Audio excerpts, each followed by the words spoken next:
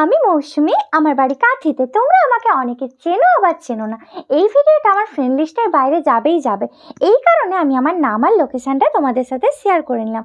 আজকে না আমার একটা মেকআপ শ্যুট আছে, কাঁথিতেই আছে। তো সকাল সকাল আমি যা যা করি তোমাদের সাথে শেয়ার করে নিচ্ছি। তো আমি সব টিউশন কমপ্লিট করে তারপরে যাব। তো যেদিন যেদিন মেকআপ শ্যুট থাকে না সেদিন আমি স্কিন আইসিং করি। এবার তোমাদের একটা টিপস তোমাদের সাথে শেয়ার করি।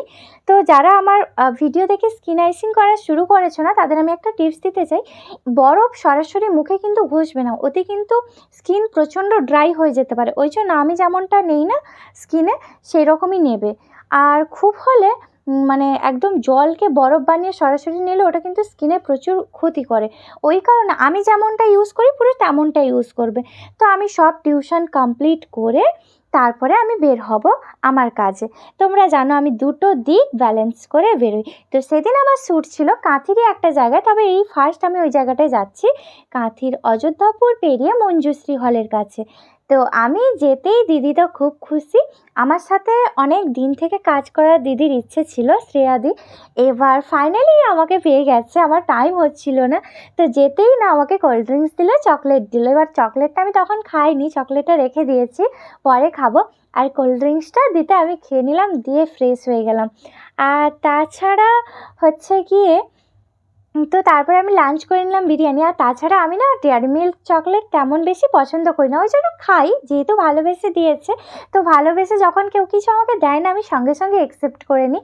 তো চকলেটটা আমি সবার সাথে শেয়ার করে খেয়েছি, এরকম একটা ব্যাপার। তো আজকে আমার একটা বৃদ্ধি লুক হবে, আমাকে কেমন লাগছে অবশ্যই তোমরা কমেন্টে জানাবে। সেদিন কিন্তু আমরা উইথাউট এসিতে কাজ করেছি।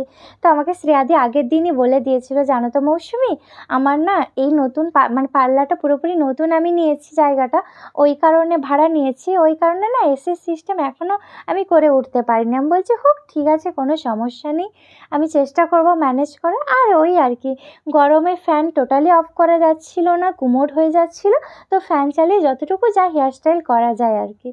তো শ্রেয়াদি সেদিন মনোমতো কাজ হয়ে ওঠেনি। শ্রেয়াদি বলছে আমি এসি লাগাই, দেন তোমাকে আবার ডাকবো। তো আমি একটু বাইরে হাওয়া খেতে দাঁড়িয়েছি কি দাঁড়াইনি, সবাই দেখেছে, সবাই দেখে যাচ্ছে, মানে সত্যি। আর আমি এতটাও সাজিনি, বৃদ্ধি লুক অনেক সিম্পল হয় তোমরা জানো। তো আমাকে সবাই দেখে যাচ্ছে, আমি অবশ্য লজ্জা পাচ্ছি না, কারণ রাস্তায় এরকম দাঁড়িয়ে মানে মানুষের এরকম রিয়াকশান আমার কাছে এটা নতুন কিছু নয়, যেহেতু আমাকে বিভিন্ন প্রমোশনাল ভিডিও বানাতে হয়। তো এটা পুরোপুরি আমার সাথে পরিচিত। তো টোটো ধরে আমরা চলে যাচ্ছিলাম লোকেশানে। এবার এই ভিডিওটারই তোমরা যে দেখেছো লোকেশানটা, আমাকে অনেকে জিজ্ঞাসা করেছিলে। তো লোকেশানটা হচ্ছে গিয়ে মুকুন্দপুর পেরিয়ে দাসবাড়ি আছে, দাসবাড়ির কাছেই, মানে ওই দাসবাড়িতেই। ওইটা না একটা স্পেশাল জায়গা, জানো তো, তোমরা হয়তো অনেকে জানো, আমাদের যে কাঁথির গড়বাড়ি আছে না, গড়বাড়িরই মাসির বাড়ি না, বোনের বাড়ি দাসবাড়ি। দেখেছো লোকেশানটা এত সুন্দর, আর সেখানে আমার প্রিয় কাঠগোলাপের অনেক বড় একটা গাছ আছে। এত সুন্দর লোকেশানটা, খালি দেখো। আমি আবারও যেতে চাই ওই জায়গাটায়। সত্যি শ্রেয়াদি যদি আবার আমার সাথে আবার কাজ করে না, আমি ওই লোকেশানে আবার কাজ করব। মানে এত সুন্দর লেগেছে, আর ছবিগুলো দারুণ এসছে, দারুণ। আর সেখানে না একটা মানে ফেরার সময় একটা অটো টোটো কিচ্ছু পাওয়া যাচ্ছিলো না। আমি ভিডিওতে আই থিঙ্ক এটাই বলছিলাম যে ফার্স্ট টাইম আমি ওই যে ছোটোবেলাতে কাঠের রিক্সাতে চড়েছি, এবার এতেও কাঠের রিক্সাতে আমি বসেছিলাম। তো আমার এত ভয় লাগছিলো, আমি তো ফার্স্টে উঠতেই পারছিলাম না। আর তাতে আমাকে তো সবাই দেখছে, কীভাবে দেখছে, গ্রামের মানুষরা যেমন উৎসুক হয়ে দেখে আর কি, আমারও খুব ভালো লাগছে, এটাই তোমাদের সাথে বলছি। তো আমি যে ভিডিও ক্লিপটা না তোমাদের সাথে আলাদাভাবে শেয়ার করব। তো সেদিন আমার একটা দারুণ এক্সপিরিয়েন্স হয়েছে। যখন ছোটো ছিলাম না মামার বাড়ি যেতাম, মামার বাড়ি না আমাদের কাঁথিতেও কাঠের রিক্সায় চড়ে অনেক সময় চড়েছি।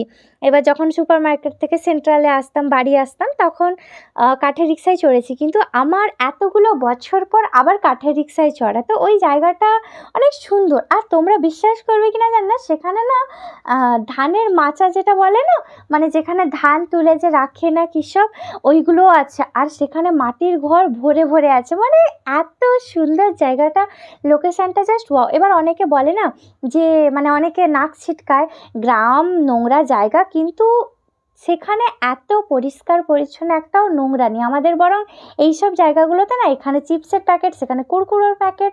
আমি অ্যাকচুয়ালি আমার পাশে যে দিদি, সেদিনে এই দিদিরা খুব মিষ্টি, জানো তো, খুব মিষ্টি। তো আমার মানে ভিডিও করছিল, তো তাই জন্য আমি বলছি, এই না আমি লাইট দিচ্ছি, আমার ফোনে লাইট আছে, আমি দিচ্ছি, তুমি ভিডিও করো। তো যাই হোক, যেটা বলতে বলতে থেকে গেলাম, আমাদের এখানে ড্রেনের সাইডে ফাইডে অনেক নোংরা থাকে, কিন্তু সেখানে এত পরিষ্কার। আর সেদিনের ওয়েদারটা খুব সুন্দর ছিল, ফেরার পথে পুরো একটা মেঘলা মেঘলা ভাব। তবে দিনের বেলা এত গরম দিয়েছে, কি বলবো, আমার পুরো একদম মানে কি বলবো, একদম জ্বালিয়ে দিয়েছে, পুরো গরম করে দিয়েছে, এত বিরক্ত লাগছিল। তবে বিরিয়ানিটা যেহেতু লাঞ্চ করেছি, তো তাই জন্য মন ভরে গেছে সুন্দর। আর এখন এখন এই যে দেখতে পাচ্ছ, এটা হচ্ছে গিয়ে মুকুন্দপুরের বাজার, ঠিক আছে। এবার সেখানে নেমে আমরা একটা টোটো ধরে নিলাম, কাঠের রিক্সাটা আর আসবে না। এই যে মেকআপ আর্টিস্ট আমার সাথে ছিল, শ্রেয়াদি, তো আমি চলে এসেছি শ্রেয়াদির লোকেশানে। এবার চেঞ্জ করে নেব। আমার এত সুন্দর লাগছে লুকটা।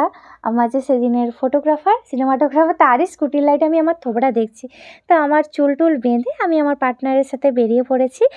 আমার ভিডিওটা কেমন লাগলো অবশ্যই জানাবে। অনেক দিন পর এই ভিডিওটা আমি শেয়ার করছি তোমাদের সাথে। তো লস্যি খেয়ে বাড়ি চলে এসেছি। টাটা সবাইকে, সবাই খুব খুব ভালো থাকবে, টাটা।